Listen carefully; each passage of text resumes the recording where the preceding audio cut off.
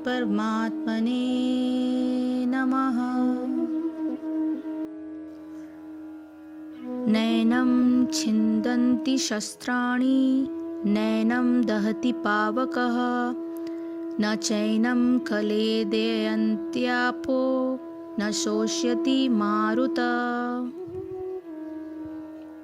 यह आत्मा न तो कभी किसी शस्त्र द्वारा खंड किया जा सकता है, न अग्नि द्वारा जलाया जा सकता है, न ही जल द्वारा भिगोया या वायु द्वारा सुखाया जा सकता है। तो सारे हथियार, तलवार, आग्नेय अस्त्र, वर्षा के अस्त्र, चक्रवात आदि आत्मा को मारने में असमर्थ हैं।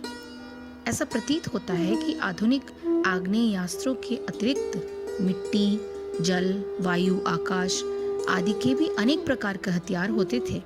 यहाँ तक कि आधुनिक युग के नाभिकीय हथियारों की गणना भी आग्नेयास्त्रों में की जाती है, किंतु पूर्व काल में विभिन्न पार्थिव तत्वों से बने हुए हथियार हुआ करते थे।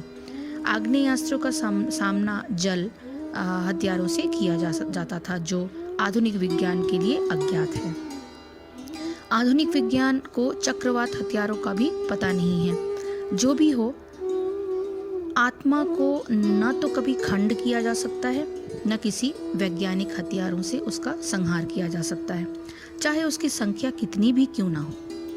मायावादी इसकी व्याख्या नहीं कर सकते कि जीव जिस प्रकार अपने अज्ञान के कारण उत्पन्न हुआ और तत्पश्चात माया की शक्ति से आवृत्त हो गया, न ही आदि परमात्मा से जीवों को विलग कर पाना संभव था। प्रत्युत सारे जीव परमात्मा के विलग हुए अंश हैं।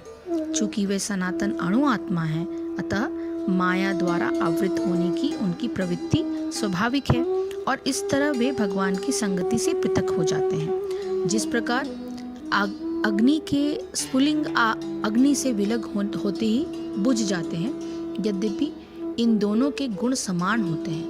वराह पुराण में जीवों को परमात्मा का भिन्न अंश कहा गया है। भगवद गीता के अनुसार भी वे शाश्वत रूप में ऐसे ही हैं। अतः मोह से मुक्त होकर भी जीव पृथक अस्तित्व रखता है, जैसा कि कृष्ण द्वारा अर्जुन को दिए गए उपदेश से स्पष्ट है। अर्जुन श्री कृष्ण के उपदेश के कारण मुक्त तो हो गया, किंतु कभी भी कृष्ण से एकाकार नहीं हुआ। तो इस आत्मा को शस्त्र आदि नहीं काट सकते और इसको आग नहीं जला सकती, तथा इसको जल भी नहीं गीला कर सकता और न वायु उसको सुखा सकता है। अच्छेद्यः अयम् अद्याहय अयम् अक्लेद्यः अशोषय एव च नित्यं सर्वगतस्थाणुम् अचल अयं सनातना। यह आत्मा अखंडित तथा अघुलनशील है। इसे न तो जलाया जा सकता है, न ही सुखाया जा सकता है। ये शाश्वत, सर्वव्यापी, अविकारी, स्थिर तथा सदैव एक सा रहने वाला है। तो श्लोक संख्या 24 में अणु आत्मा के इतने सारे गुण यही सिद्ध करते हैं कि आत्मा पूर्ण आत्मा का अणु अंश है और बिना किसी परिवर्तन के निरंतर उसी तरह बना रहता है। इस प्रसंग में अद्वैतवाद को वहवत करना कठिन है, क्योंकि अणु आत्मा कभी भी परमात्मा के साथ मिलकर एक नहीं हो सकता।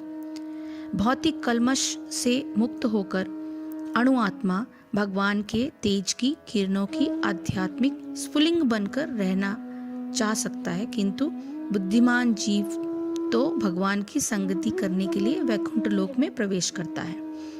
सर्वगत शब्द महत्वपूर्ण है, क्योंकि इसमें कोई संशय नहीं है कि जीव भगवान की समग्र सृष्टि में फैले हुए हैं।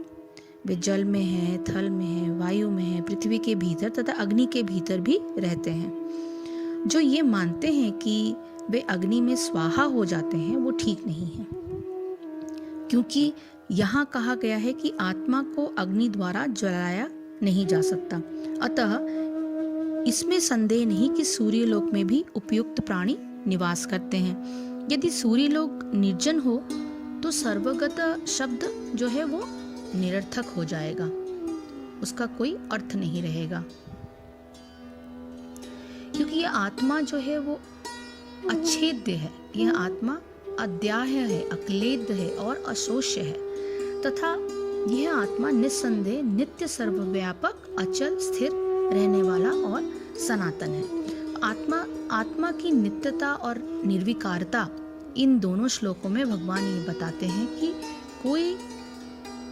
कोई भी शस्त्र जो है उसे काट नहीं सकता, वो अच्छेद्य है, इसे कोई जला भी नहीं सकता इसलिए वो अद्याह्य है, इसे कोई गीला भी नहीं कर सकता इसलिए वो अक्लेद्य है, इसको कोई वायु सुखा भी नहीं सकती इसलिए ये अशोष्य है।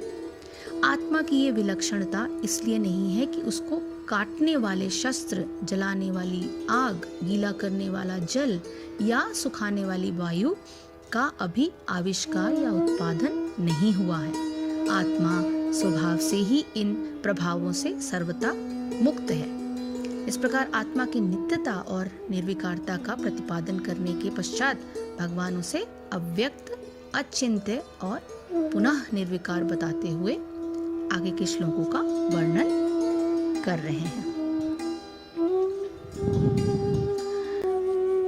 अव्यक्त अयम अचिन्त्य अयम अविकार्य अयम उच्यते तस्मात् एवं विदित्वा एनं न अनुशोचितुम् अर्हसि। यह आत्मा अव्यक्त, अकल्पनीय तथा अपरिवर्तनीय कहा जाता है। यह जानकर तुम्हें शरीर के लिए शोक नहीं करना चाहिए। जैसे कि पहले कहा जा चुका है कि आत्मा इतना सूक्ष्म है कि इसे सर्वाधिक शक्तिशाली सूक्ष्मदर्शी यंत्र से भी नहीं देखा जा सकता, अतः यह अदृश्य है।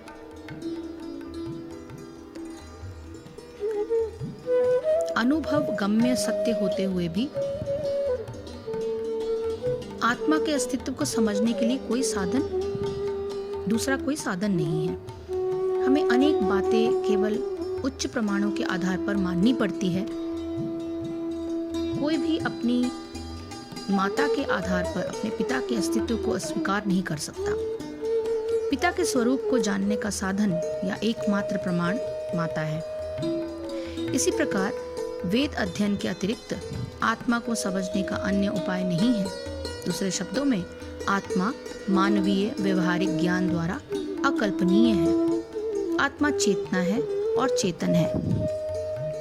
वेदों के इस कथन को हमें स्वीकार करना होगा। आत्मा में शरीर जैसे परिवर्तन नहीं होते। मूलतः अविकारी रहते हुए आत्मा अनंत परमात्मा की तुलना में अणु रूप है। परमात्मा अनंत है और अणु आत्मा अति सूक्ष्म है। अतः अति सूक्ष्म आत्मा अविकारी होने के कारण अनंत आत्मा भगवान के तुल्य नहीं हो सकता। यही भाव वेदों में भिन्न भिन्न प्रकार से आत्मा के स्थायित्व की पुष्टि करने के लिए दोहराया गया है। किसी प्रकार का दोहराना उस तथ्य को बिना किसी त्रुटि के समझने के लिए आवश्यक है। इस श्लोक में आत्मा को अव्यक्त बताते हुए भगवान कहते हैं कि मनुष्य की ज्ञानेंद्रियों द्वारा आत्मा का अनुभव नहीं हो सकता। इस कारण आत्मा की कभी भी देखने, सुनने, सूंघने, स्वाद लेने और स्पर्श होने की संभावना ही नहीं है। इसलिए इसे अव्यक्त बताया गया है। इंद्रियातीत होने के साथ ही आत्मा का चिंतन मन द्वारा भी नहीं किया जा सकता। कारण यह है कि इंद्रियों और मन में जो अनुभव करने की शक्ति है वो आत्मा की ही शक्ति है। उस शक्ति का इंद्रियों और मन में प्रकट होने अथवा अप्रकट होने में इंद्रियों और मन का कोई वश नहीं। यही कारण है कि आत्मा सर्वथा अव्यक्त और अचिंत्य है। ये पहले भी बताया गया है कि आत्मा का किसी प्रकार भी रूपांतर नहीं हो सकता, इसलिए यह सर्वथा निर्विकार है। मनुष्य को किसी भी परिस्थिति में यदि कोई शोक होता है तो यह कोई बुद्धिमानी की बात नहीं। इस सिद्धांत का प्रतिपादन करते हुए भगवान कहते हैं, आत्मा नित्य अपरिवर्तनशील है, किंतु अपने प्राकृति के लिए जिस शरीर का उसके द्वारा उपयोग होता है वो शरीर अनित्य और सदैव परिवर्तनशील है। आत्मा अनुभवशील है और शरीर जो है वो जड़ है। शरीर में जो अनुभवशीलता प्रकट होती है वो वास्तव में आत्मा का स्वभाव है, न कि शरीर का। इसलिए शरीर की किसी भी अवस्था के लिए शोक करना मनुष्य के लिए किसी भी प्रकार की बुद्धिमानी नहीं। केवल विचारहीनता के कारण मनुष्य शरीर को ही अपना आत्मा समझ बैठता है और उसमें होने वाली अवस्थाओं के परिवर्तन से शोक अथवा हर्ष करता है। यह मनुष्य की भारी भूल है। यदि ये भगवान द्वारा प्रतिपादित सिद्धांत को निश्चय रूप से धारण कर ले तो वो शरीर की अवस्था परिवर्तन से शोक अथवा हर्ष न करके परिस्थिति के अनुसार उसका उपयोग करने में समर्थ हो जाता है। अतः जीवात्मा को अपना स्वरूप समझना मनुष्य के लिए बुद्धिमानी है। आत्मा अविनाशी है, चेतन और ज्ञान स्वरूप है, यही उसकी आनंद रूपता है और अपने को जीवात्मा समझने से मनुष्य नित्य आनंदित रह सकता है। इसे न समझने के कारण मनुष्य अपने अमूल्य जीवन का सदुपयोग उत्साह और आनंद पूर्वक कर्म न करके पूर्वकृत कर्म के फलस्वरूप में प्राप्त परिस्थितियों में घटनाओं और व्यक्तियों से हर्ष अथवा शोक लेकर अपने अमूल्य जीवन को नष्ट कर देता है। वो ये नहीं समझता कि मनुष्य जीवन सुख अथवा दुख भोग के लिए है ही नहीं। ये तो इसलिए मिला है कि प्रत्येक प्राप्त परिस्थिति का सदुपयोग धर्म संगत, न्याय संगत और अपने सामर्थ्य अनुसार मनुष्य कर सके। ऐसा करने में लोकहित को ध्यान में रखे और इस प्रकार स्वार्थहीन आचरण से सबके आदर और स्नेह के पात्र बने।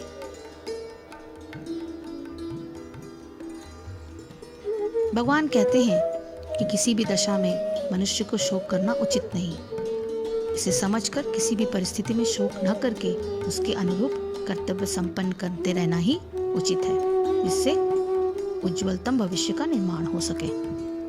यदि आत्मा की नित्य और अविचल स्थिति पर मन दृढ़ नहीं हो पाता है तो जो ऐसे मनुष्य शरीर को अपना स्वरूप समझते रहते हैं वे शरीर के सुख को अपना सुख और शरीर के दुख को अपना दुख समझकर शरीर के अंत होने का शोक करते हैं। यदि ऐसी स्थिति हो भी तो भी इस विषय में सम्यक विचार करने पर शोक से किसी प्रकार निवृत्ति हो सकती है। और आगे के श्लोकों में भगवान श्री कृष्ण इस संबंध में दूसरे तर्क प्रस्तुत करेंगे।